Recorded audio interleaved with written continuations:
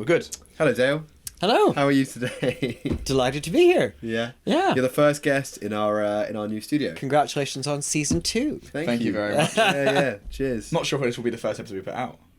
It might be. We'll see. We haven't actually organised which order, so We'll see. if you're seeing this, this is the first episode.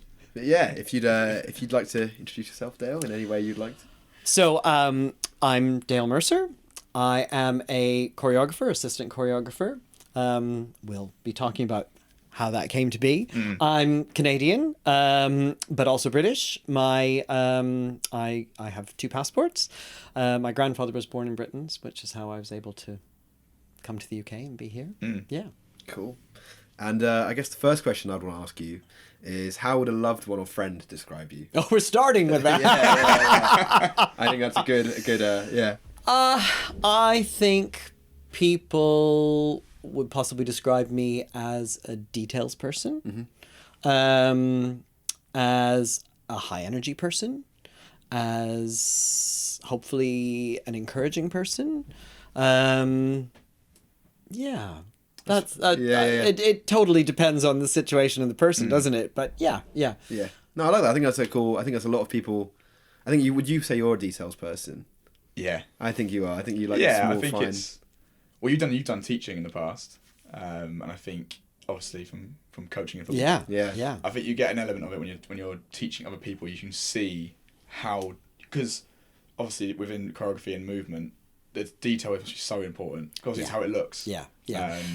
And that's why, for people who've listened to Fran's episode, that's why we work so well together, because I'm perfectly happy creating myself and being the creative person, but also I'm equally happy and love the cleaning up. Okay. We call it in choreography and dance cleaning. Yeah. And making something as good as it can be and getting down to the detail of it. You know, whereas Fran's thinking about, creatively the next thing we're doing. Once she's sort of created it, then she's sort of moved to the next thing. And I'm busy looking at it going, okay, so this was this and we got to do this and we got to get that together because that's a bit messy now. And making it as good as it can be. I get a lot of joy out of that. And a lot of people, they don't care about that at all. It's not their interest. But I really enjoy it. Yeah, they want to get it done. Yeah. Do you ever have moments where you do run out of time and you can't quite get it done? Yeah, I think that particularly in film and television, where there are a lot of time constraints, you have to be realistic and you have to accept that you're not always going to. You do the very best you can, and you put everything you can into getting it to where it can best be, given what you've got. Right. And you have to let the rest go. But there have been loads of times where we have had lots of time, and that's very exciting when you get really the luxury of the time to get, because it isn't, and it definitely isn't just about me satisfying myself. It's getting the dancers, the performers to the place where they're going to do their best work. And they're going to be most confident on screen. We had, can I tell you about a situation that was like that? So when we were on Dumbo, one of those projects where we are lucky to be there, throughout the production. And you can see the work in the trailer and in the film, although never as much as we would wish it to be. Where in the big top, in the center ring, there is, we called it the layer cake, so a multi-layered platform. Where all of these sort of dancers and acrobats are performing.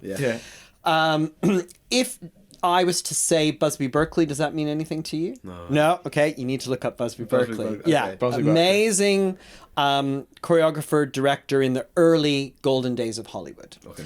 And his signature were these very geometric, in some ways, mechanical's not the right word, but it had an element of mechanics to it. But these perfect sequences of dancers doing things in just the most beautiful synchronicity. Yeah. And with shots where you could see it all. I mean, just you have to see it to really understand it. But this scene and what we did with it was influenced and inspired by Busby Berkeley scenes. Yeah. And so we had 60 performers, and they were comprised of Olympic gymnasts and contortionists and rhythmic gymnasts and some dancers and all sorts of amazingly talented people, all with very different disciplines. Yeah. In this sequence. But we had 3 weeks to rehearse them. Okay. Which was so amazing Yeah, because we had the time to not only teach it, but to help everybody do the best they could. Because one perfect example, I didn't know until this job that rhythmic gymnasts don't count music. Okay. So, you know, in music, dancers, musicians, we count generally in 8s. So you'll count your music. Sometimes it'll be in 6s, whatever. But we count our music to know where we are. And generally you'll count so you know what your phrases are and so on and so forth. Rhythmic gymnasts, at least they, I don't want to speak for all rhythmic gymnasts, but as I understand, rhythmic gymnasts don't. It's do this tumble, catch the hoop when the music does this. Okay. So as we were teaching them, and they were thinking that they were going to be able to get away with just listening to the music and hoping that roughly when the music did this, I'm going to be there. Right. But this piece demanded absolute precision to work. Because there were points where, like, kicks, where 60 girls needed to have their kick at the top of the kick at precisely the same moment. That they all needed to be doing those kinds of things. And so these girls needed to learn to count music. So that was a whole different thing. And so there was that process at the beginning. And then when we got to the nitty gritty, and this sounds really cruel, but I was so happy to have the time to do this, and the girls got to understand why I was doing it. We had thankfully in rehearsal we had a mock-up of the actual size of the construction that we were going to be working on, and so they were all on their different levels, and we were able to film rehearsals from above. Then we'd bring everybody around a monitor, and I'd plug in the playback and play it. And stop. Whose leg is that? Oh, wow. Yeah. Right? Which sounds terrible. Yeah. But actually, I was doing it not to embarrass people. No, but to help them understand how important it was that we got those moments perfectly. Yeah. And my God, did it pay off. Because the thing is, I had to explain to them, like, you aren't going to have the ability to say, oh, can we shoot that one again? Because I wasn't quite good that time. Yeah. Because you don't know, like you guys as filmmakers, like we all know, you don't know what shot they're going to use. They might need to use the shot where you aren't quite there. So that means you need to be there every time. Because you don't want to be looking at yourself when the film comes out and you're in a Tim Burton film and you're the leg that isn't quite right, you know? So we really it became exciting working together to get there together. And so that as we went on and we would film it again, and as they could see that it was coalescing and coming together, they were getting excited about it. That's cool. And then when we actually shot it, it was beyond exciting. Yeah. Because they shot it with all sorts of different cameras on it at the same time. So we had a top camera and we had all sorts of angles. And we were watching it in the monitors as it was going on. And it almost looked computer animated. Really? It was so exciting because it was cool. And with just enough human element in it so that you know that it wasn't computer animated. Yeah. Because that would have been heartbreaking equally for somebody to think that somebody just did that on a computer when actually we worked really hard for 3 weeks to get that, you know. But it was so exciting when we were filming it. And that's the kind of excitement that I get out of being an assistant choreographer. Yeah, completely. What initially drew you to choreography and dance? Or? The truth is that it's a little bit of fate. Okay. I mean, when I look back in my early days, and we'll maybe talk about that, but maybe there was little elements of it, but that wasn't what I went into the business to do. No. You know, I was song and dance man. Initially came to London with the idea of doing theatre, which I did, but then I was, you know, getting filming jobs, and I just happened to get this fantastic job with Fran as choreographer. Big feature film, Hollywood film about the life of Cole Porter called De Lovely. Yeah, And amazing experience that was. And at the time, I don't know anymore whether it's true, but because MGM, it was an MGM film. MGM as an entity now has gone through all sorts of things, and you know the way media companies own each other, and then they buy and they divest and they buy again. In fact, I just watched last night one of the big Hollywood films, and I see that Amazon and MGM now are together. But at that point, I was happy to say that it was the last MGM musical. And I was in it, which was cool. Very exciting. If you're a musicals guy, that's very exciting. Yeah, of course. And anyway, so I just got this fantastic job on this film, and Fran was choreographing on it, and you know I loved working with her, and you know thankfully was able to do subsequent jobs with her, and then just because I am that kind of details guy and the guy who likes to sort of help, it just sort of evolved. You know, it wasn't anything that anybody planned. I didn't sort of set out to be, you know, a choreographer. And I loved doing the work, but that wasn't the plan. It wasn't the goal. It just happened. And you when, know, when you met Fran as well, what was it about that relationship where you kind of latched on and thought this would be good to continue? And again, it wasn't even that thought through. It was just organic because we really got on.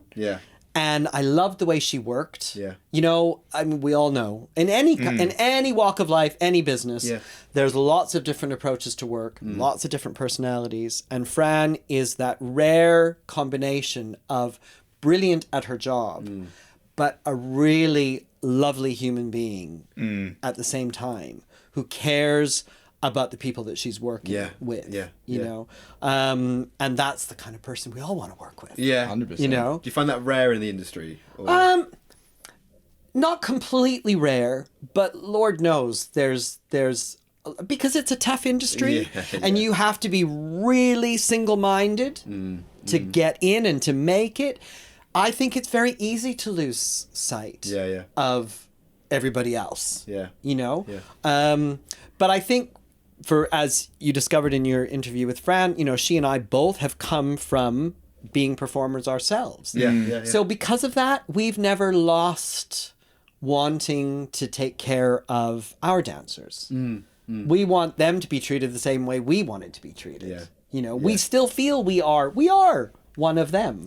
You know, did you prefer kind of, you know, obviously now doing assistant choreography, do you prefer doing that, or do you prefer being a dancer and being a performer yourself? Well, as you get a little older, things get a little creakier.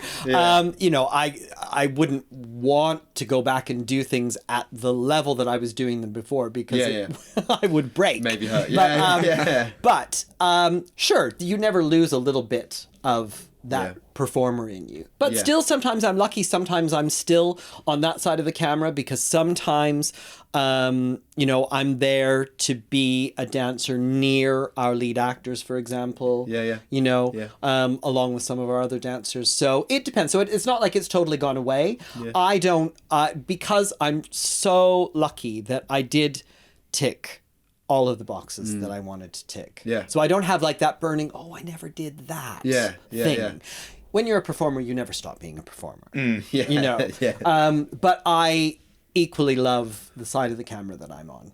Absolutely. Or the side of the stage that I'm on, depending on. Was there was there something you watched recently, like a play or a film, that gave you a really strong emotional reaction?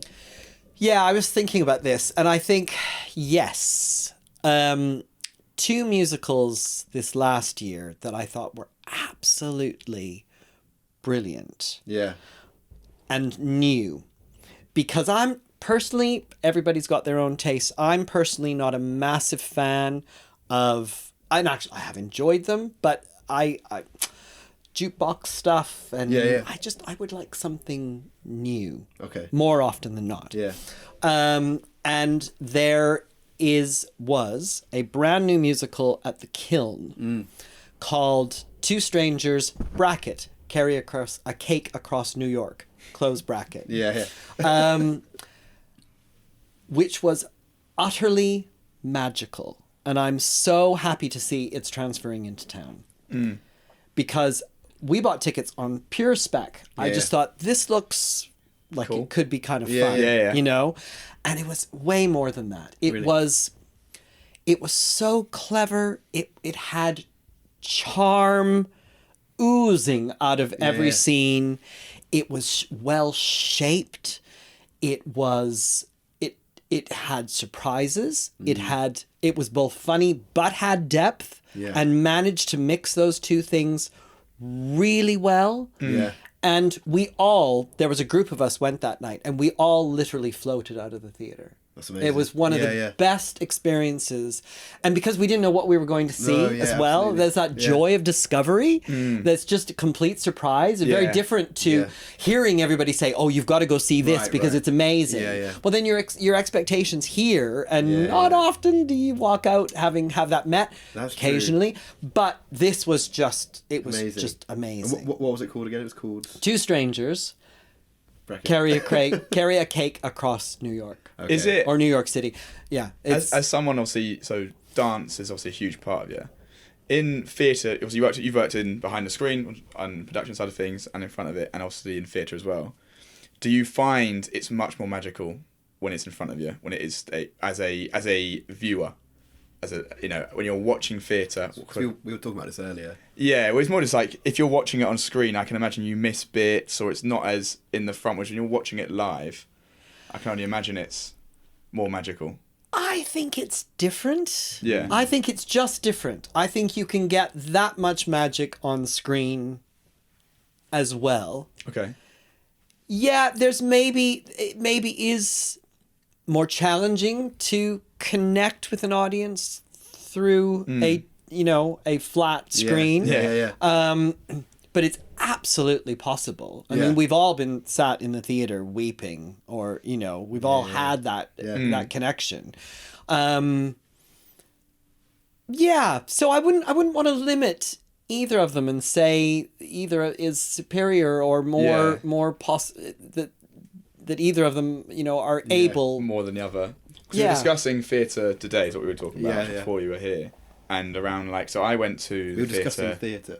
The theatre in general, the theatre. Yes. I went to see Dear England, which Tony was in. Yes, of course. Yeah. Brilliant Production. Highly recommend it. From somebody who doesn't know football.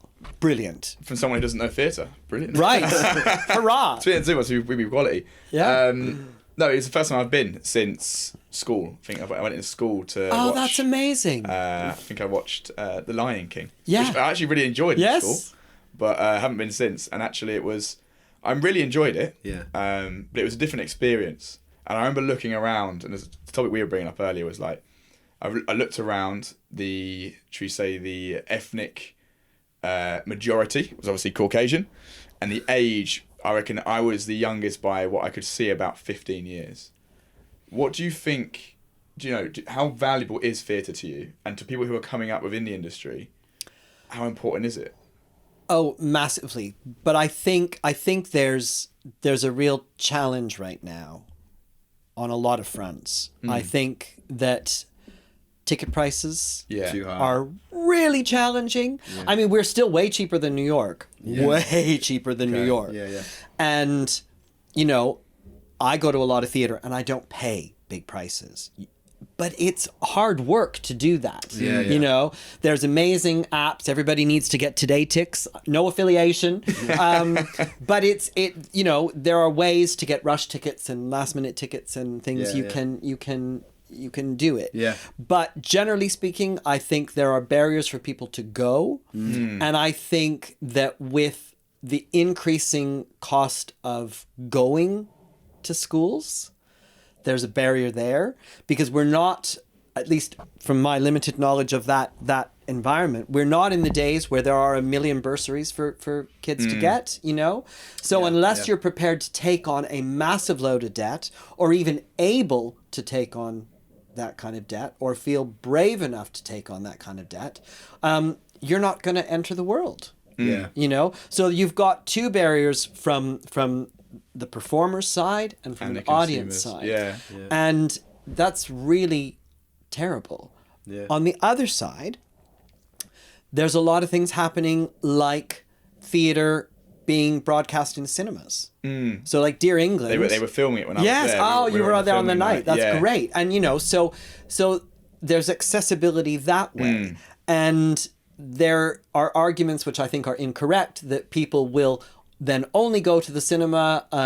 You know, it's the same with dance and the opera and the ballet. They'll only go to the cinema because then they can go for cheap, and they'll never... I disagree with that completely. And I've seen it and I've talked to people.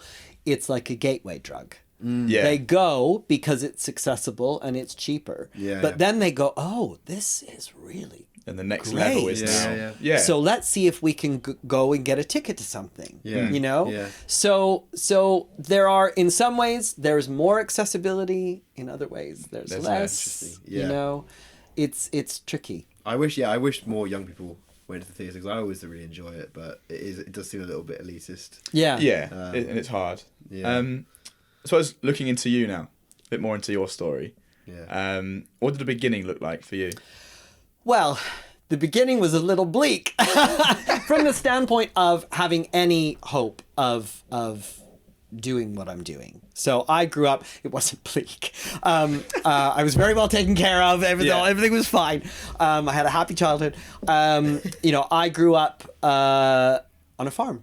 Okay. In the middle of the prairies. This is why you like Smallville. Right, Yeah. Outside of a small town, outside of a smallish city, in the middle of Western Canada, i.e. the middle of nowhere. Yeah. Right. The set of Smallville. And the set of Smallville. But I'm this kid who doesn't really belong there. Okay. In terms of, you know, I've got a love of certain things that are clearly where I should be going. Not that I was even aware of that then, you know. But there's no role models. There's no encouragement. There's no... And by no encouragement, I don't mean... Because I had actually... You know, my family is very musical. From both sides. My grandmother taught and played piano and was a professional singer. Yeah. On my mum's side, everybody danced. We have professional dancers on that side. I had a great aunt who stayed behind in England when my family moved to Frontier, Canada, because she was a singer. So I got all the DNA, you know, and we had the piano lessons and all of that. You know, we went to community dances. So music and all that kind of stuff, you know, was everywhere. Went to, you know, was in the church choir, and, you know, we at Christmas time, we'd all put on the performances in the community hall. So it was all there, but it was all very just amateur. And I don't mean in terms of standard, but no, I just mean it's just that's all anybody ever considers that's going to be. So the idea of having any kind of career, forget it, you know, no way. Yeah. And it wasn't even that it was like discouraged. It wasn't even thought. Yeah, it just wasn't a thing. No. Yeah. So I didn't even have it in my heart of heart, by the time I got to the end of high school, sure, I wasn't really that thrilled with the idea of going to university. I got a business degree. Oh, really? What else was I going to do? Yeah. You know, and maybe I can enter the creative industries from a business standpoint or, you know, whatever. So, it's been a very long road because it was only when I got to the point where I was working in industry, had a successful career, but I was doing theater on the side. Okay. And I had done, you know, I had got myself into dance classes along the way, so it wasn't like I wasn't sort of dabbling. But it got to the point where I was, you know, in the office in the day, and I was either in rehearsals or on stage at night and doing this. Yeah. And just going, nah, I can't. This is Too not much. this. I can't. You know, one side is winning, basically. Yeah. I just couldn't envision 40, 50 years of living in this business world, which was just not who I was. Yeah. You know, I couldn't, it was, the very thought of it was just too depressing. Yeah. And so, and I will add a little side thing too. My dad had MS, as did his father. And I think when it came time for me to make the shift, and I quit my job and sold everything I owned and moved to London, and people were saying to me, God, I'd be too scared to do what you're doing. Yeah. But my response was, but actually, I'm too scared not to do it. Yeah. Because I'm terrified of what I might miss. Yeah. And the fact that there was that sort of illness in my family was like a little gift in that way. Yeah. Because you got to move on. You got to crack on because you don't know what's going to happen. Yeah. So grab those, you know, make the changes, follow your, you know, dreams, ideas, your heart, your soul now. I think that's good advice. I really feel like that. I think I've had this exact conversation with someone before about I have a much bigger fear of not doing things than doing things. It's terrifying. It doesn't feel like a risk. Like even what we're doing now, doesn't feel like a risk. Because I feel like the bigger risk would be staying in a job I don't want to do. Biggest risk is no risk. Exactly. No, that's completely right. Yeah. I get that from and listen, there are loads of people who are happy with no risk. Yeah, absolutely. And if they're happy, then that's brilliant. Because all anybody wants to be is happy. Exactly. I feel like I have a hole I need to fill. I need to have an unhealthy hole. Yes. I need to always fill. Yeah. I don't think that's unhealthy. No, I'm just kidding. We talked about this again. We talked about this off set earlier. So we're going to bring it back again. Go on. Is the idea of passion? A big topic that entices me. And you were saying to us how, you know, if you don't love the idea and almost feel desperate towards this is what I want to do, because there's so many negatives in the creative world, the arts word, Doesn't like you know, it. we'll get over it. So I'll get over it at some point, season 3 maybe. You know, there's so many negatives of doing what both you two want to do. You know, it's working for free. No, Dale has done what I want to do. Okay, fine. You're doing it. You're doing it. That's the mentality. And I think those challenges exist in sport, in do. a lot of, you know, they're everywhere. You know, in sport, you know, the majority of what you do is training. Yeah. And not many, if you ask a lot of footballers, not many of them love training. Most of them don't like it. But without it, you don't play. You know, it's the nutrition. It's you can't go out at night. Yeah. You can't go out partying. Yeah. You've got to stay at home and eat well and do everything. And the dedication and that consistency, discipline, I suppose, that's the bit I think that separates. And that's where you find out if you are passionate. Yes. You know, that is, like you're saying, there's the idea of not doing this, the idea of sitting in this office and doing whatever, I'm not sure what your job was, doing whatever job it was, that was way more terrifying than, look, I might go out there, I might not make any money. Yeah. Worst case is, I come back to where I am. Yeah. Would you get the frustration? Because I get this thing of if I feel like I'm watching something or reading something that I'm not quite capable of yet, I will be frustrated until I can do it. Sure. Do you get that kind of frustration? I was burning to spend more time training and getting to that point. Yeah. You know, burning. And I mean, because now I have, you know, quite a few experiences of parents saying, oh, you know, my daughter, my son wants to, you know, dance or be, you know, what's your advice? And I love the fact that parents are even asking the question. Yeah. That's amazing.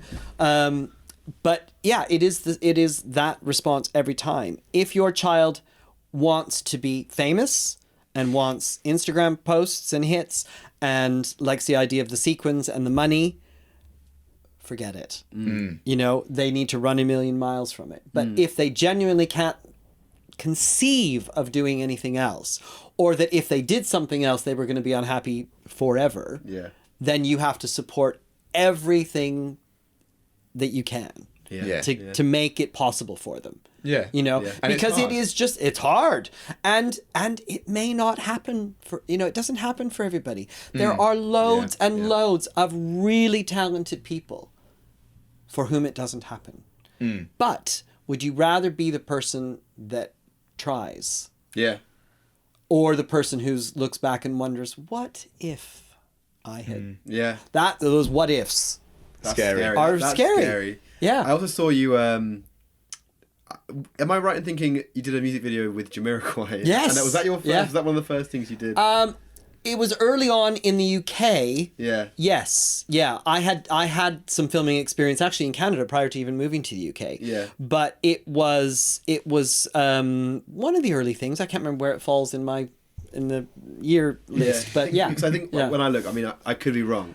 I think it said 1999. Oh, it could be. Yeah. A few years ago. Yeah, what was that? I'm asking from a bit of a selfish standpoint, just because I really liked Jamiroquai. Oh. So, like, what was that like as an early experience working on that music video? That was cool. That I worked with a choreographer that I worked with several times subsequently to that. That was one of those rare, when we talked about having time. Yeah. Those rare experiences where actually there was a budget. I think back in the days where they weren't trying to, get dancers in for like top music videos and try to tell them they were going to do it just for the experience and the exposure and pay them nothing. Back before those days. Not saying that wasn't happening then too. It could well have been. But, we had development time. We had time in the studio to work on stuff. Right. And, we were out on location and there was a budget. That's cool. Yeah, it was great. It was a great experience. That was just my selfish question. No, it was good. Yeah, me too. What was your role in that then? We were so it was King for a Day was the single. Yeah. And we were dancing in sort of, it was a period sort of setting, and we were in period costume, but it was like a pulled apart. As you can imagine I was dancing as a dancer. Okay. When did you make that switch then into choreography? Well, the switch was with Fran, really. And the first time I think was very sort of unofficial when Fran was working on Charlie, and I know you guys talked a lot about the process through all of that. So Fran spent, as happens with filming a lot, you'll have the main unit working on the primary sequences, which is where they were with all that technology and deep and all of that stuff. But there were other things needed, to be filmed at the same time in second unit. So there was a sequence, you remember, Charlie? Okay. So you remember the scene with Baruch Assault and the factory looking for the ticket, okay? All those factory workers, right? And they're going through it, and So Fran brought me and a couple of my friends from DeLovely in, because she couldn't be on the set that day, to take care of that scene for her, basically. So she had come in with us, and we had, it was really, really tricky because there were so many of them, but they were supporting artists. And so you don't have a lot of rehearsal. And so if you look at the setup of that, there's, if memory serves, I think there was like 6 at each table with the conveyor belts coming down, taking the boxes off. So we had lead people on each table. Anyway, I won't go too much on about it, but we did take those people through it. I think we took everybody through it the day before. But on the day, because choreography is usually to music. Right. When something has to be in sync or synchronized, you're doing it to something. Well, that's a scene where it's not to music. But in a very Tim Burton way, we needed everything to be completely together. And so we were on a big sort of tall position looking down over the set, where actually her father made the announcement. I think so. You remember that? Yeah. So we were up there looking down, and I can't remember how they first started out doing it. So we're on there to help and try to take care of it, but we're sort of nobody because we don't really have official positions on the. I'm not Fran's official assistant. We're not. Official on the film. We're just there to try to help and help with the extras and make sure supporting artists and make sure it's all done well and correctly. But it was sort of falling apart because there was no music.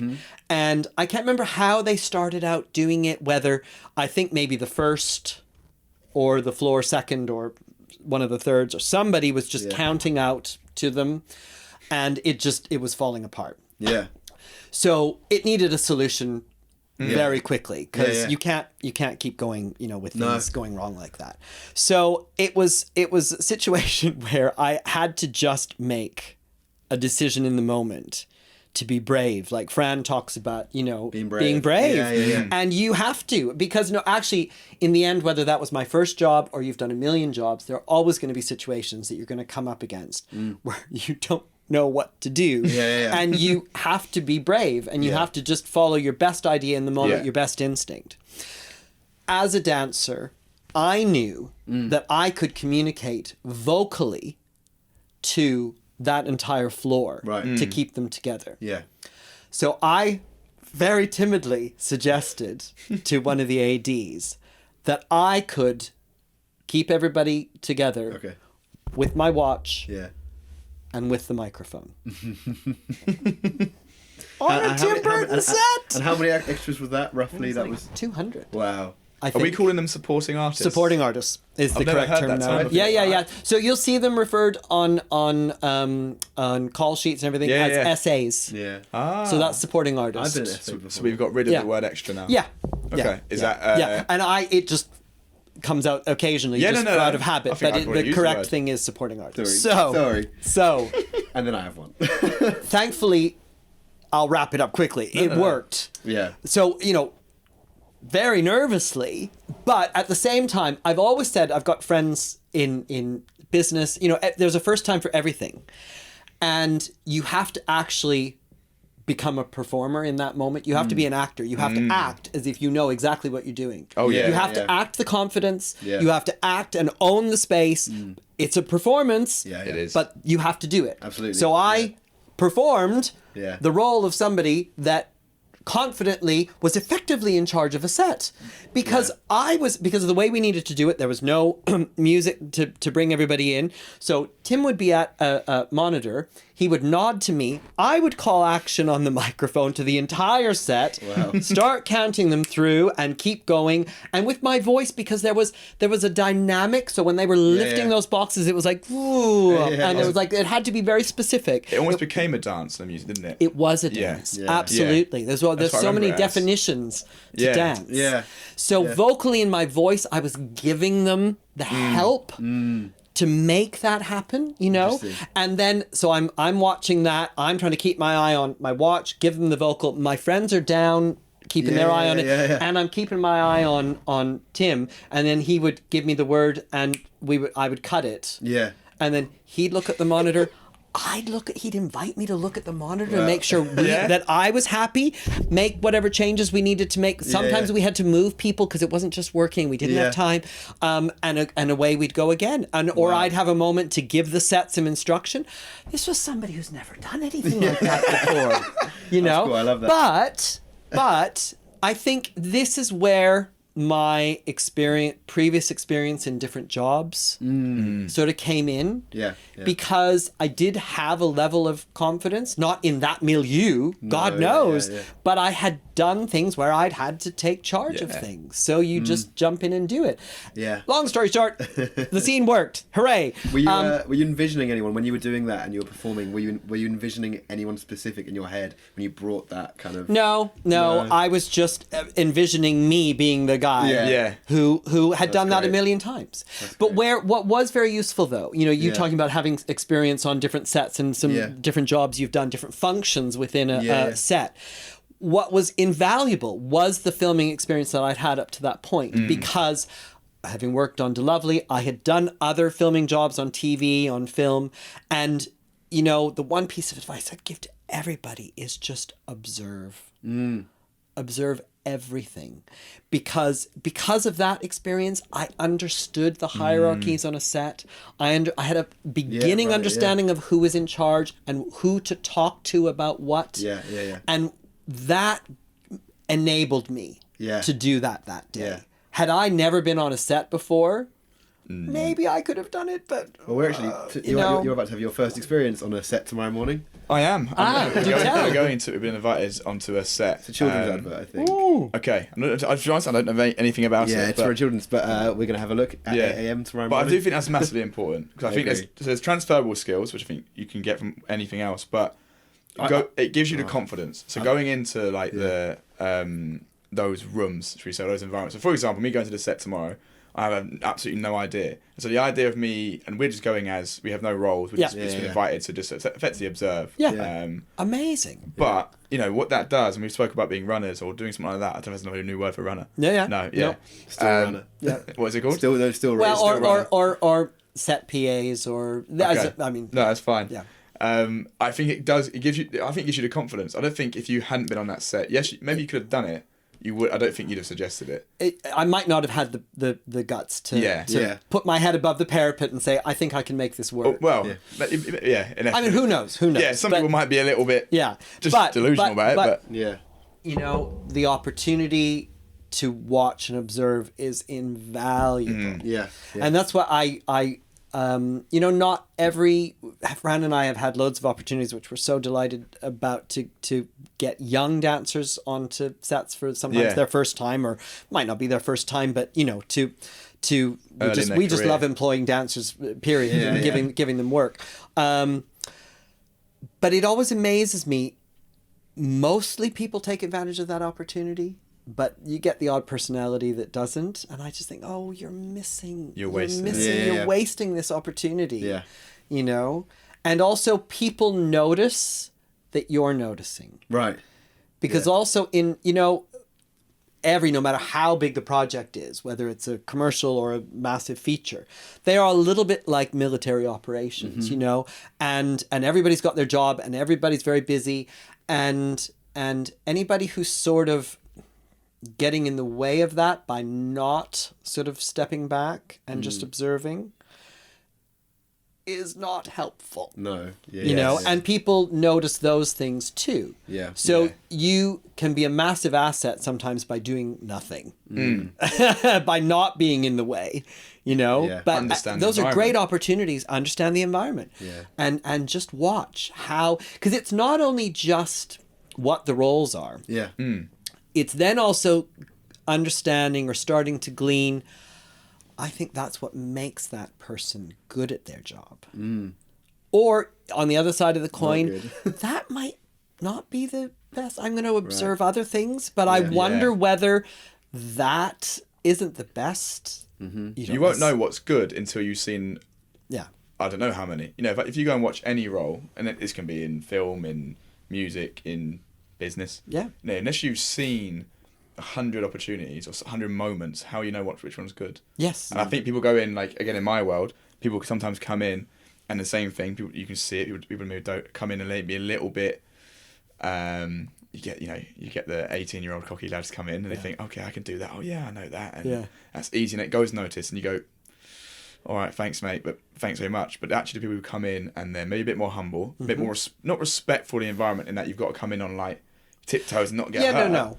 But it's recognised that you're not coming in there on your first day to be asked questions of how. I'm not looking for you to tell me how to do my job. Right. I'm looking for how you to ask me questions how you can help me do my job in the way I want to do it. Yeah. And people sometimes who value that and recognise that, to me, they're often the ones who are still there in a year, or in a longer period, or in 5 years. Yeah. The people who don't often are the ones who sort of give up after a while because they find it's too hard. They've probably done that a few times. A few different people not been given the next opportunity for whatever reason, and it's not their fault, but it's the biggest piece of advice and the biggest consistency I feel I see of people who are coming in for the first time, whether that be as in a role or in a voluntary position. When you went from dancing into choreography, was that because I imagine most dancers there's a time limit on dancing.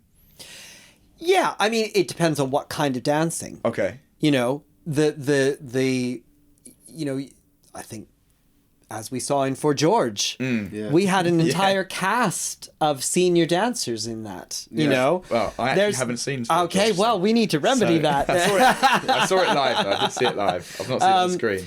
So it depends on the kind of dance. Yeah. But when you are a dancer, you are always a dancer. In fact, that's another script that Fran's written. The title was Once a Dancer. Okay. It needs to be made. Make it, Fran. Yeah. And then hire us. Yeah. Come on. But there's an absolute truth to that. When you're a dancer, you're always a dancer. There's going to be stuff you can't do anymore. There's stuff I can't do what I did 10 years ago, 20 years ago, 30 years ago. is choreography a way to have a longevity in Yeah, dance? it can be for sure. Yeah. You know, I think that, there can certainly, it's a brutal career in that way. Yeah. You know, people get to a point of finality in terms of a professional career. Yeah. Yes. And you either then sort of move into coaching, teaching, training, or some, you know, or also smart ones see themselves, because I think historically that was sort of a deficit of training, both sides of the Atlantic, perhaps more here, is that people were pigeonholed into thinking they were only dancers, only capable of being dancers. That was part of that in the old days where, you know, we were talking earlier, which might not have been captured, but we were talking about the rigor of training back then. Yeah. But that was a negative side of those days of rigor, is that people were very much pigeonholed into, you are a dancer. Keep your mouth shut. You can do nothing else. You know, I've got a friend that I worked with decades ago who was actually a very, very good singer, but she came out of college not believing that she could sing. And that never left her. Yeah. You know, Okay. so there are those that know and understand and are smart and start training as actors or singers or, you know, other things. Branch out. Yeah, Yeah. branch out. Yeah. So there's possibility to, you know, extend, but you sort of have to have an eye on it, or you can come up to a dead end in the road Yeah. Yeah. and go, Now what? now what? Yeah. You know, and some people change completely. Like I know some of our dancers from years ago have very cleverly, early while they were still dancing, you know, started training as nutritional experts. And one got a science degree, you know, go. Yeah. and they're preparing, laying the groundwork for those other Foundations. things. Yeah. Yeah. Do you feel like you're sort of doing that right now by kind of jumping into this different venture? Well, slightly, yeah. So we spoke. Dale asked me earlier, why I'm doing it, and my answer for why was always just like, Jad and Dan, which is true. There's an element of you. But there's an element, there's always, Yeah. I'm a narcissist. I need to say it. There's got to be an element of me in there, and I think I was explaining how like in COVID times, I was able to explore different avenue. It was sort of through football, but into maybe more like the business side, and then from that it was like, there actually are different things in this world which I can do. I'm actually maybe quite good at, or I think I can explore it, or I enjoy. And I think this sort of became actually that's something where I can get involved in the area where. It's great. So I think you're quite an interested person. Yeah, and interesting. I didn't. Thanks, I mate. didn't. I think but I think both those things really apply to you. Yeah. And I think that I can see that you're very curious about a lot of the things that go into performing, or the performing arts and film and TV and that sort of stuff. Yeah. There is an element, definitely, as much as it's, you know, you're wrapping your skills around me and Dan. I think there's an element of you being genuinely interested as well. Like you really are. I am. Yeah. I don't know what I want to do. That's one big. Yeah. You talk about going on set, and I'm like, well, we spoke to a production company, which technically we are. We are. No, we are. They are. It's being produced right now. About the idea of starting to do maybe more production side of things. Yeah. Yeah. And I was like, okay, I don't know which bit I enjoy of that, but I am intrigued just to give it a go and figure out. find Explore. out and explore. And Yeah. I think that's a luxury I do have. You do. Based on, I think, from doing the work that I've been doing for the last sort of 10 years of football, it's given me an opportunity now. I can explore a bit, both financially and sort of time wise. It's given me. So, Brilliant. it gives us that. Yeah, and there are so many different facets to this business. Yeah. You know, there are producers, there are production coordinators, there are, and they're not again that word on the creative side, but they are. Yeah. But it's more the organizational side of things. And it's, executive producers and production managers, they are people wranglers, they are negotiators, they are savvy, smart people. Yeah. Without whom none of it happens. Everybody plays their role, And I think that's like it. this. It's like this. That's right. Happening. But You mentioned there, and again, we discussed this after. Can I ask a question? I've got one that I've It better be really good. It's for both of you. It's for both of you. Both of us, okay. It's for both of you. I've like tried to find a bit to jump in. I'm like, I really want to ask. Yeah, I've been seeing. At the risk of this becoming a Tim Burton like love fest of a podcast, I had a question for you, which was, first of all, who's your favorite director? Who's been your favorite director to work with? And off the back of that, what do you think makes a good director in terms of the relationship they have with the choreographer? And off the back of that, how do you think I was going to say, where am I coming those into here? traits that you may bring up would make a good coach in your industry? Okay. All right. I'm going to link it all I'll let together. you answer first then. And then I'll answer. You go first. I think it's pretty impossible to say who is your favorite director. Yeah. Because the projects are all so different. Right. And your relationships with the directors are also different. Yeah. You know, like I was saying about you know, some productions, and every production in a sense, being a military operation. Right. On the blockbuster features, they really are military operations. Like, without a massive army of people all doing their job in exactly the right way at exactly the right time with a lot of self-sacrifice, etc., it would never happen. Right, yeah. Those jobs, you don't tend to have the luxury of as much of a relationship with directors. You do, you see them, but you're not side by side with them. No. In the way that on a smaller project would be. So, for example, we, Fran and I, and we talked about this Danish director possibly before we started recording. Yeah. Birgitte Stermosa, who we did a film with her in Denmark and Sweden, centered around the Danish Royal Ballet. Yeah. And that process was unlike any process we've ever had before. Partly because the Nordic way of filmmaking, of funding, of producing, of executing their films is so different to what we do here and the Hollywood model. Fundamentally, there is the hierarchy thing is just doesn't exist in the same way. Yeah. It's very hierarchical in Hollywood and here in the UK. For a reason, because without that, sometimes things would not get done. Right. But with this film, it was a much smaller scale film. Right. Which afforded these kind of opportunities. But, you know, in rehearsal, we had a lot of rehearsal beforehand, which doesn't always happen with features. Yeah. And we were in rehearsal with the director, with the DOP, director of photography, working out how we were going to film things. This was a particularly huge challenge because we had a lead actress who was playing a prima ballerina who was not a dancer. Okay. So we needed to make that work. And we needed to work out how we were going to shoot things. And I mean, that's a whole podcast in itself, making that film. But it was a joy because it was so collaborative.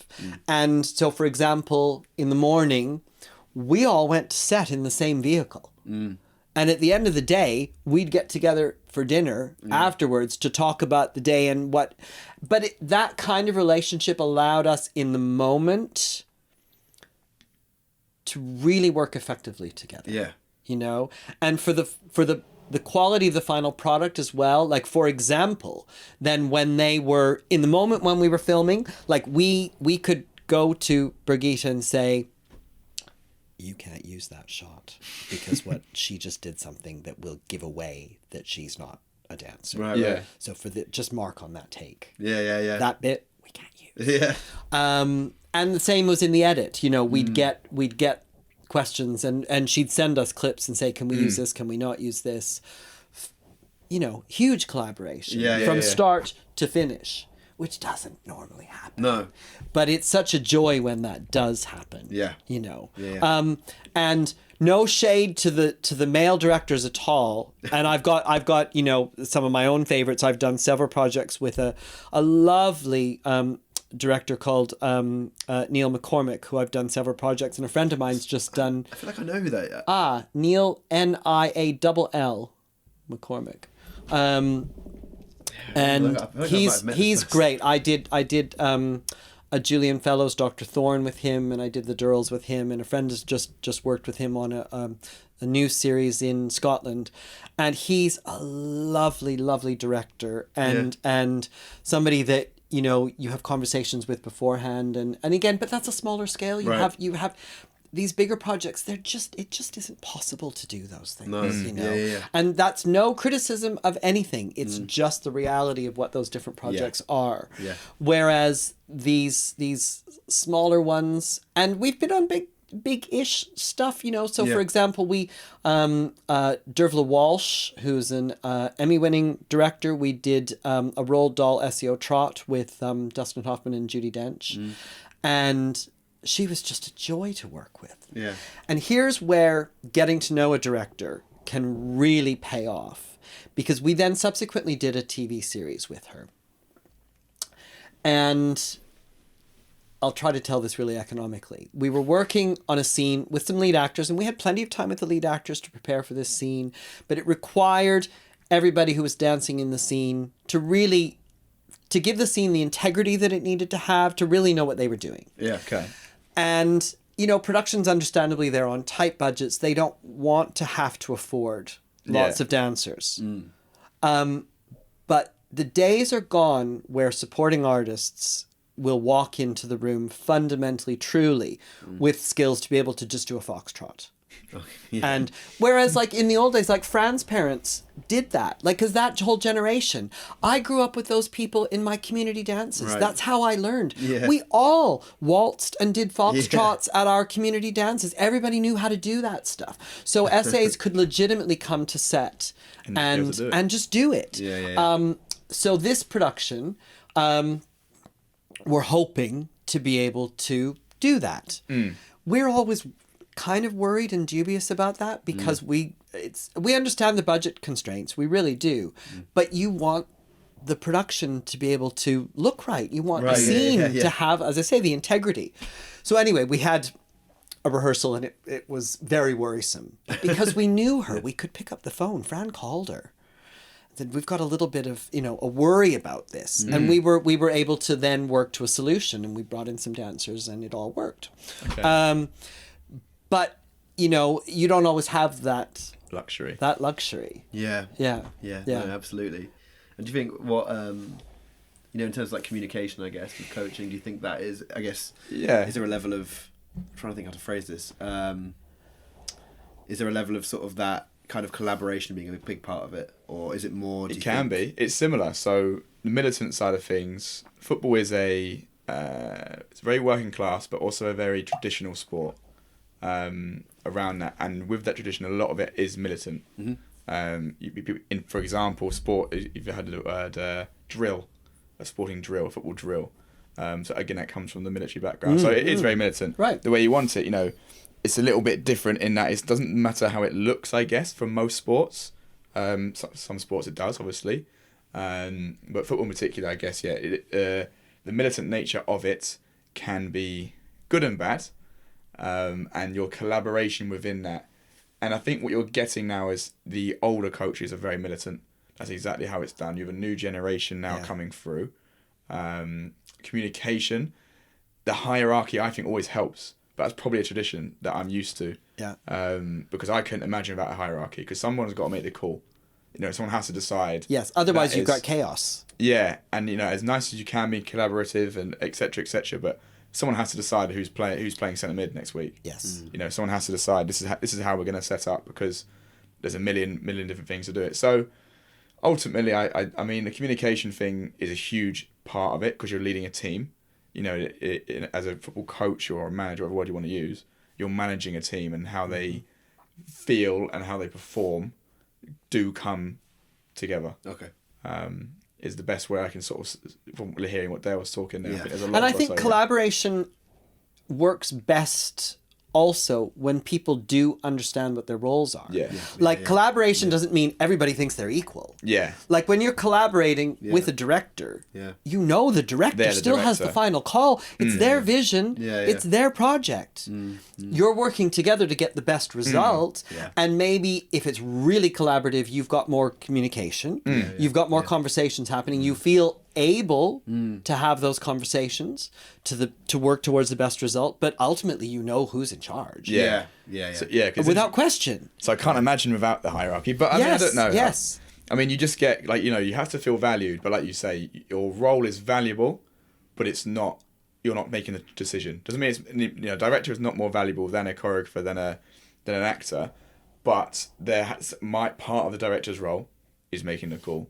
And I think that's important. But, you know, people can get offended or upset. You know, say you said to me, oh, I think you should do it this way, and I go, and I ultimately don't go that way. It's not personal. No, I never think it is. No. I'm not. I'm saying if you're working for me. Yeah. In real life. Yeah. That's a little.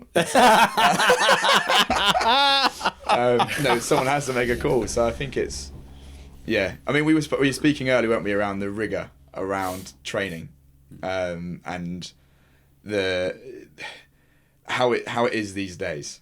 And obviously in the past, you said it was very. I'll let you describe how you think when you came up, should you say, as a dancer. Yeah, I think that, you know, teachers were harder on people, but I think mostly with the best intentions. Yeah. Because without pushing people, without telling them, no, that's wrong, no, that's actually pretty terrible.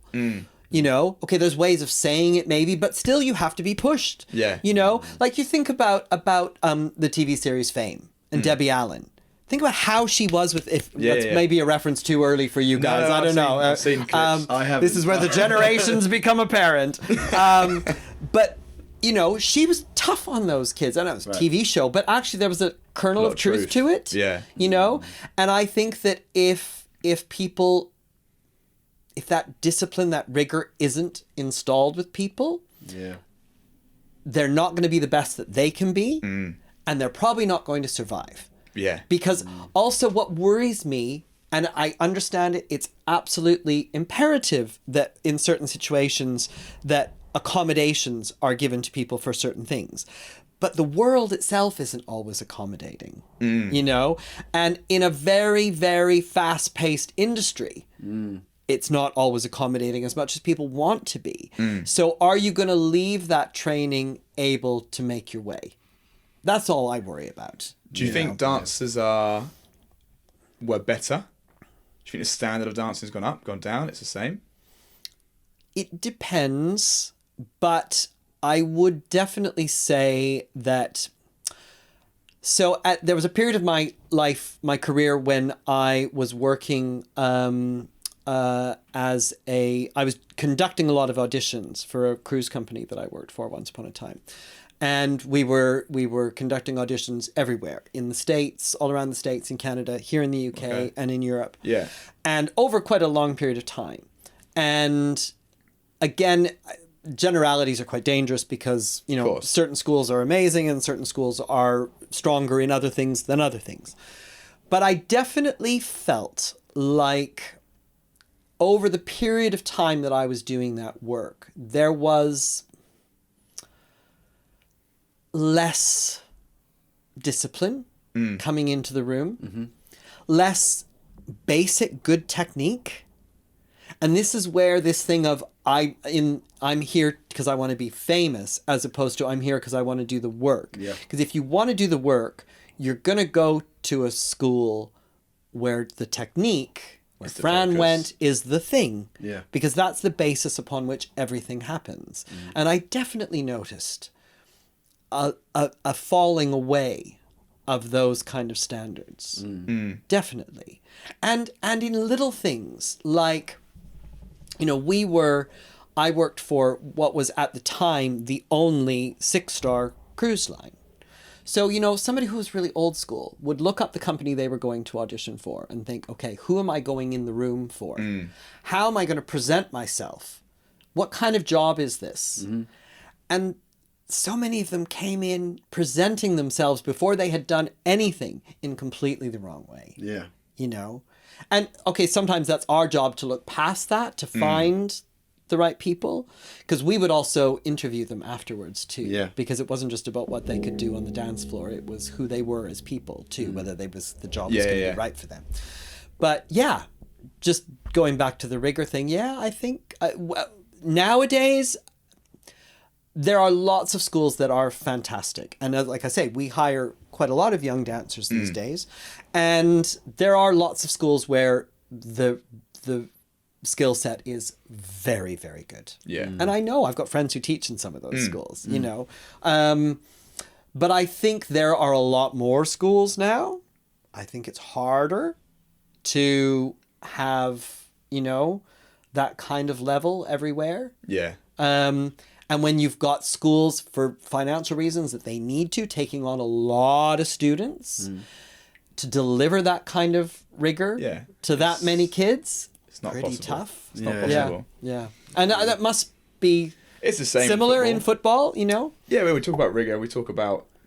Because to me, it's like, if you listen to anyone talk who is at the top of their game, football or creatives, you know, maybe a director or anyone, if you listen to their storyline, they're not soft.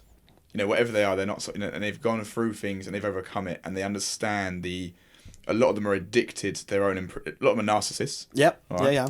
But we're probably, We have a few of those. Yeah, in this room or... but they're so obsessed with getting better. You know, if you listen to like sports, obviously my background is sports, so you listen to the best sports people in the world, and it's like their training was intense, and it built them to be ready. And what they've become is obsessed, and what they've become is so harsh. And if you ever, and then what I have dealt with is some of those in football, some of those parents now. So the football players who've gone all the way, done all that, become parents, and they are often either really soft on their child, and they're completely laissez-faire, we call it, or the complete opposite. Right. And it is like, no, that's not. You know, we've had, you know, you have. I don't want to go into too much, but you know, you have parents who will, the idea of them missing a train session because they're ill. No, absolutely Push not. Through. Yeah, come on, mate. You know, some words will probably be used there that I'm not going to say here. Yeah.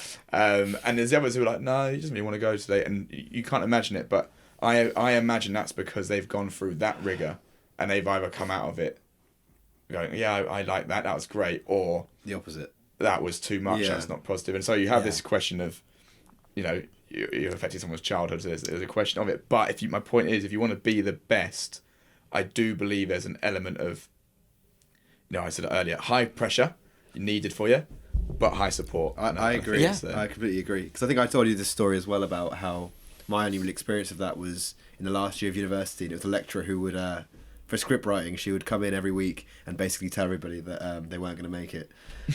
And she would, and me and her, I am basically just retelling this story. Sorry to you. No, I'm happy to hear it. Let's pretend It's your first time. First time the story's being told. But no, she'd come in every week, and me and her would argue, because I sometimes felt as though her knowledge on things was lacking for the money she was being paid, and also just because I was there to learn. And it was just like small things, like there was. We won't go into it. Leave the salary out of it, man. Yeah. Well, but she was really harsh when she'd give criticism. And I can take notes typically quite. I try really hard to not take them personally, and you know, take them on board, and you know, change the script or if I need to or whatever it is. But for this one lecturer, she was really harsh, and I watched her just decimate so many people's spirits in third year of uni. But everything she told, I spent that year being very frustrated, and I listened, but I was frustrated, and I kept going away from every lesson being like, oh god, like annoyed with her and myself. And I'd rewrite the script, and she was, at the time I would have said she was my least favourite lecturer. But a year later, when I wrote down all the things that I value in writing, when I'm writing something, like 80% of it was from her. 80% might be a bit high, but it was a lot. And it was that thing of, I was the kind of person who in the moment I didn't think it was working for me, but ultimately it was. It pushed me to be better, but it destroyed some other people. So, you know, it's one of those things where I don't have you know, we're talking about this, and you all know much more than me about, you know, you've seen people's careers a long time after a long time after a lot of these experiences, and likewise for you. But I think what you said about, what did you say? High pressure, high support. That's it. I think you can be really harsh on people in the right way. I agree, for the right reasons. Yeah. You don't have to tear them down. Right. You can say, that's not good enough Yeah. because you can do better. Yeah, yeah, yeah. And you are going to do better. Yeah, yeah. You know, rather than you're never going to be any good. That Remove the behaviour and the action from the individual. Yeah. There you are. Yeah. Yeah. Yeah. Yeah. They would a bad action or a bad behaviour. That's not them. She told me I'd never make it. Yeah, brilliant. I mean, yeah, they're high pressure. That's not going to work on every personality. No. Thankfully, it was okay for you. I went away like, Yeah. like she doesn't know. Yeah. But you have to be harsh. I think people need to hear the reality of it, because if you don't, you know, in our world, if players get through and they can't take criticism and they walk into a first team environment and they get screamed at. Right, there's also the pressure of the game. There's pressure on a set. There's pressure on stage. There's pressure everywhere. So you do have to have an ability to work through that pressure. Absolutely. You can't go, oh no, I can't have this pressure. Yeah. Then you're in the wrong job. Yeah. You know, because it just is. It is. But you can do it positively. Yeah. I think. I I hope, and we try. And it takes exposure. Yes. I think it takes practice, and I think that's what education, whatever it may be, and probably does need to look at and focus on. 'Cause I think it is a topic. Yeah. But I think finding that balance we spoke of is tough. It is. Yeah. It is tough, and it's personal. And we have to remember too, those things are coming through the filters of the personalities and experiences of those individuals. You've experienced And whatever they've experienced. Yeah, right. exactly. I try and now if I read someone's script, someone wants any script advice, I always ask them first, what were you trying to do?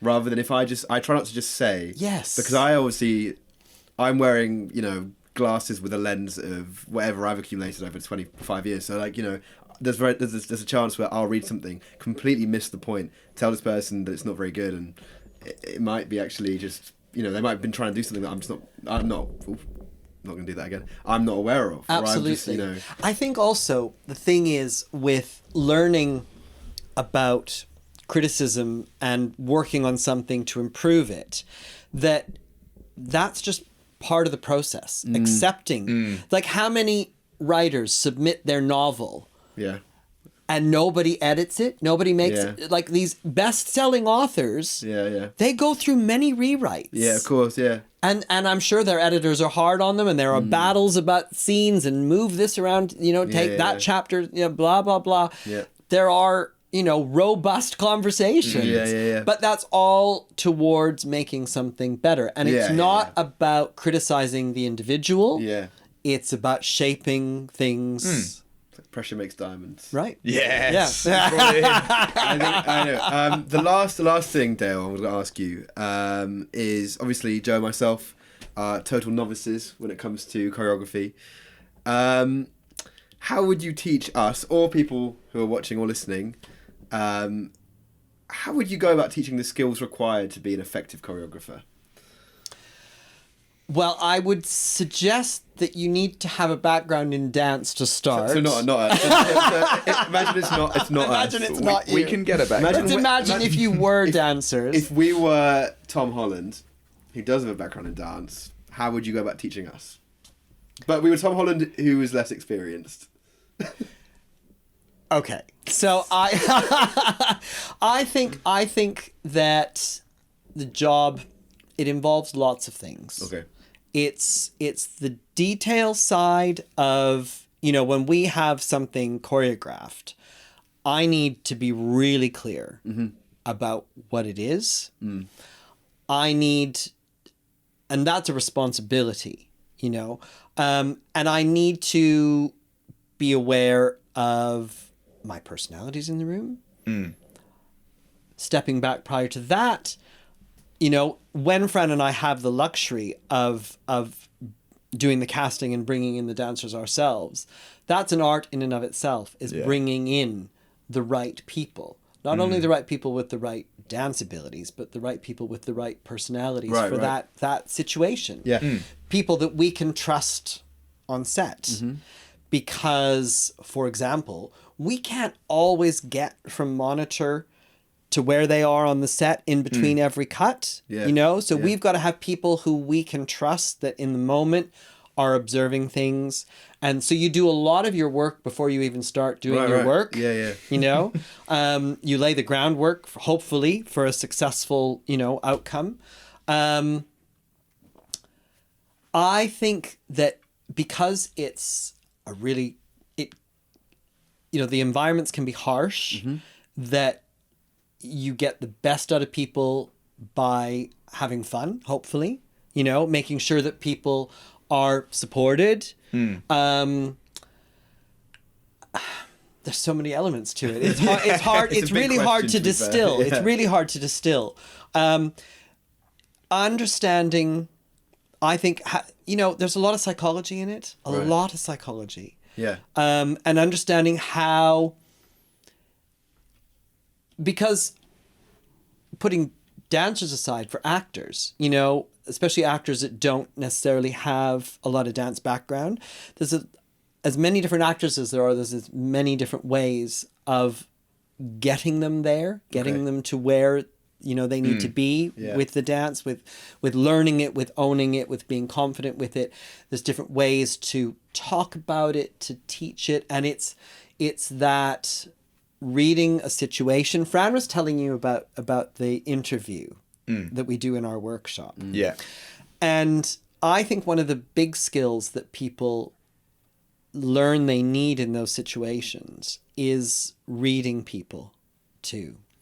Because, as a choreographer, as anybody working on that side, you have to be able to observe how people are going. Yeah. To know how you need to respond to them, which your teacher didn't know how to do, to get the best out of each person and the situation at large. If you're just going in with your own agenda and you're not even aware that the people in front of you are people, that you're just so in your own self because here's the job, here's the choreography. If you're not doing it correctly, you're rubbish. Right. And we're not going to use you next time. And, it's just not the way. It's not a lot of fun. No. You're not going to get the best result. Yeah. And who wants to be like that? Yeah. So I think, observing people, having a sensitivity to people, there's a lot of different things to it, and then also having confidence in what and I think that's true in any discipline, is trusting. And we tell a lot of people that come to our workshops, you don't know what you know. Right, yeah. Because it's become intrinsic. Yeah, I completely agree. Right? Yeah, and you've got to actually trust that you really do know things. Yeah, yeah. And there are loads of situations where you have to make in-the-moment decisions. And it's not only the brave thing, but it's trusting yourself that, right. you've You've got a skill set. It might be quite esoteric or hard to nail down, but you have a skill set. That's really good and advice, learning to trust it is really important. Because if you're somebody who does have the ability, but you're too timid to be able to own the room. Like I have no apology at owning a rehearsal room. Right. Yeah. I'm not going to lord it over people, but it's my rehearsal room. And this is what we're doing. I hope we're going to have a great time doing it. Yeah. But I really need you to listen to what I'm saying. Yeah. And this is what we're doing. Because it's beneficial for then everyone else as well. It's not like an ego thing. Yeah. It's like, fully. Absolutely. I completely agree with There's that. There's loads of things. And it's that thing of, because I sort of came gradually into the role and into the job. It, there's no playbook. Which is quite nice. Yeah. Your workshops, you mentioned them a couple of times. Talk to me about them. What are they? So we do a number of different kinds of workshops, but these are workshops for film industry professionals who want to learn about choreography in film and television. Because, what we do can be quite opaque. Every production has a writer. Every production has an art department, a costume department, location, hair and makeup, etc., etc. Every one of them. Not every production, because not every production requires a choreographer or a movement person, because there's not necessarily a scene or an element that requires it. So a lot of people can have been in the business for a long time and have never come up against, a scene or something that they need. Yeah. So we get people coming to these workshops from every kind of discipline. So you've got producers, writers, directors, dancers who want to be choreographers, possibly choreographers who are working on stage but want to figure out, how it works on film and television. Sometimes people come with specific projects in mind because they don't know how to tackle what they're doing, and it's really fun because we have people coming from all over the world. The last one we did, we had 2 people from Colombia. We've got usually people from all over Europe, which is an amazing learning experience for us too. Because, as I've said about the Danish experience, and we just did a workshop series in Austria last summer as well for the Austrian Directors Association, and they have a whole different environment too, so we get to learn, which is fun. But the workshop, we take them through really the entire process. So as Fran said, starting from, that initial meeting that just to, and it isn't, this is where observing it isn't just, so we'll go through, depending on time and how many people we've got in the workshop, we'll do it, 4, 5, or 6 times with a different director and a different choreographer. And maybe you'll team people up as a producer and a director, or a writer and a director meeting with a potential movement person. And it isn't just for those people to experience, it's for everybody else in the workshop to observe the situation and observe how they're responding to each other. Are they reading each other? Are they, because they're suddenly, like some of these directors, because bless them, they've got something, it can be quite non-specific. They've got a concept, but they haven't distilled it yet, So the question coming at the choreographer can be really hard to nail down with an answer, and how well has the choreographer answered the question? Are they frustrating the director because they're not actually answering it, or they're working around it, or sometimes they're talking too much, or they're not talking enough, or just observing that is such a great opportunity. And then all the way, we talk about lots of different things and different elements and lots of different workshops and on your feet kind of stuff. But we take a script from a project we've actually done, because one of the hardest things, and people don't understand it until they've been in the middle of it, is as a performer and as a dancer and as somebody on the floor, if you've got a script within a dance situation. So actors have to be delivering their lines in their space of character, with truth, but dancing at the same time. You've got DOP and director who want to shoot it a certain way, so the way they want to be able to shoot, their actors might require the dance to be pulled apart completely. Right. So that may mean the choreographer in the moment, or possibly in rehearsal, I mean, it's quite a distilled process what we do in the workshop, but has to respond to what the director and the DOP need by completely reorganizing the dance. Because of the requirement of what they want to capture in the moment with that actor. There's so many elements, and until you've been in the heat of the moment yourself, so it's really useful having a potential director or writer taking the role as the actor. So we teach everybody the dance, and then we put people in different roles.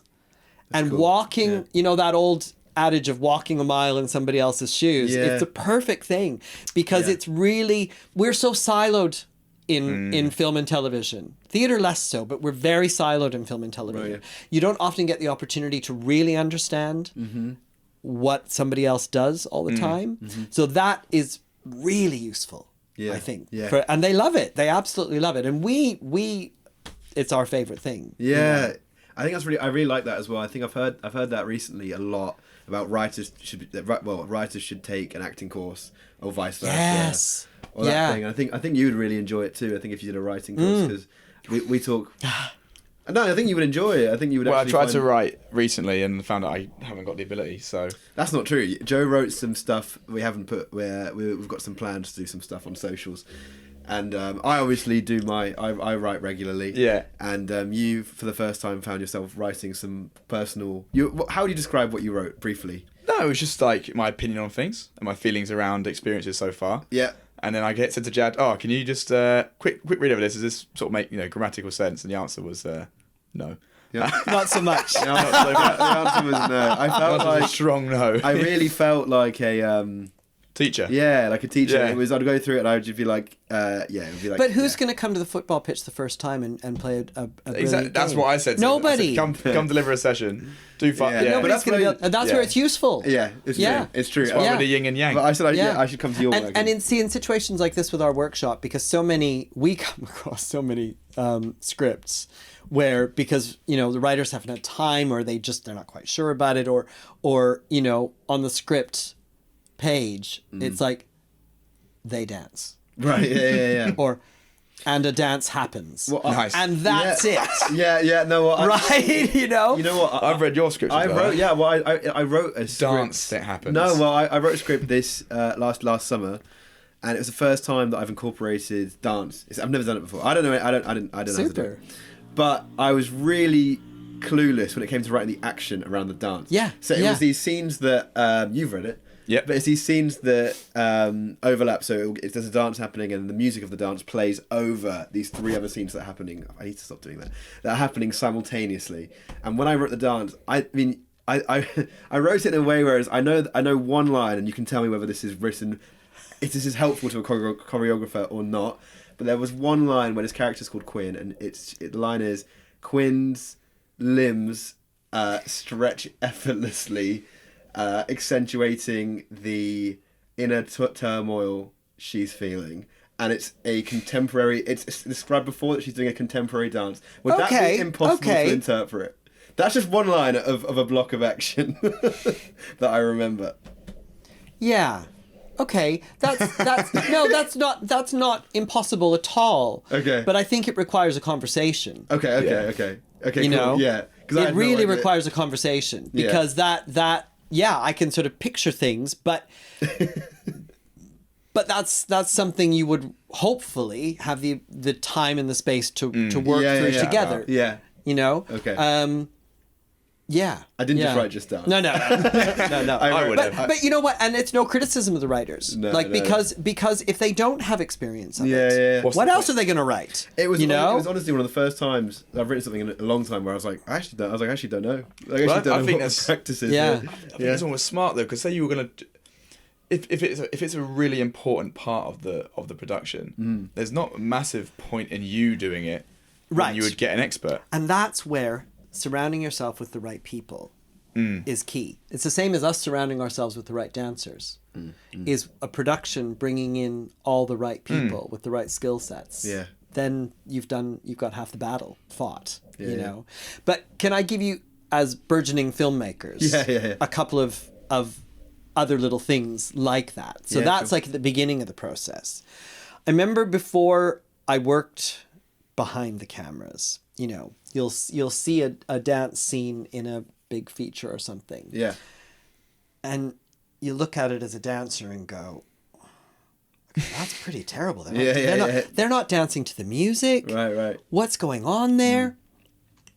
Well, I've learned that that's not going to necessarily be down to the choreographer, because you will on set be rehearsing to a piece of music. It might not be the music that's used in the final edit, but you are dancing to a rhythm and to a piece of music.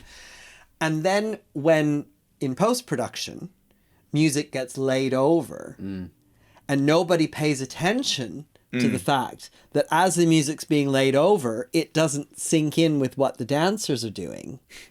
To me, that takes me right out of the scene. Now, I know that's because I am who I am. Yeah. But it's an important detail. Yeah.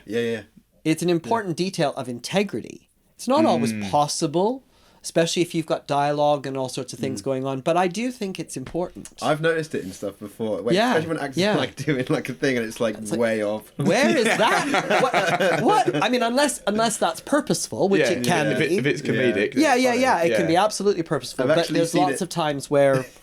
Smallville's very guilty of it. Okay. I've actually, just because I know that you've seen it. Yeah. There's like a few scenes in the cafe where you can see extras like obviously dancing to like a hip hop song and they're playing like Coldplay. Right.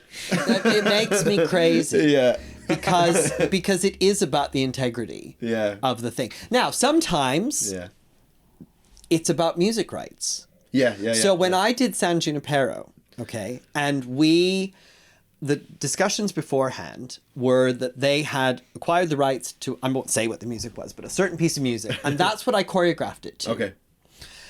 And in the rap party got together, the producers said, "Oh, you know, funny thing, we were sure we had the rights to that, and there were very specific reasons why they did. Okay, I yeah. understood totally what happened. Yeah. But we couldn't in the end, so we had to use this other song." My heart just in the moment just fell goes. through the floor because you work so hard to put something. Now, in the end, actually, they did a really great job of what they chose and how they edited it because it worked really well. Okay, good. So in the end, I wasn't at all, but in the moment, I was really worried. You know, It reflects on you, I guess, maybe. Well, if people don't know, and how would they know? Yeah. You know, like I say, I'm only easier on the way I judge things now because I know how things can go wrong. Right. You know, Of course. that you can have done all the correct work and it's just sometimes things don't come together, you know, the way you wish they would. And there's no blame in that, you know, because sometimes necessity, you know, requires that these things happen. Yeah. But if possible, Yeah. a plea to every editor out there, pay attention to the music and the dancing. I love that. Have you watched that episode? This is of Black Mirror. Yes, I have. Yeah, It's good, yeah, it's I love good. that episode. Very good. Yeah. Brilliant Were work. you a Black I Mirror was- fan before you did that? I had watched some, yes, Yeah, definitely. yeah. And the great thing about obviously I'm very proud to have done that episode because it was so successful. Yeah. But a really fun thing also is that my cousin is an actress in it. Really? She plays the nurse. Oh, cool. Okay. Yeah. That was Keep it in the family. Yeah. That was the It was first a great episode. coincidence. Yeah, that was the first episode of Black Mirror I ever saw.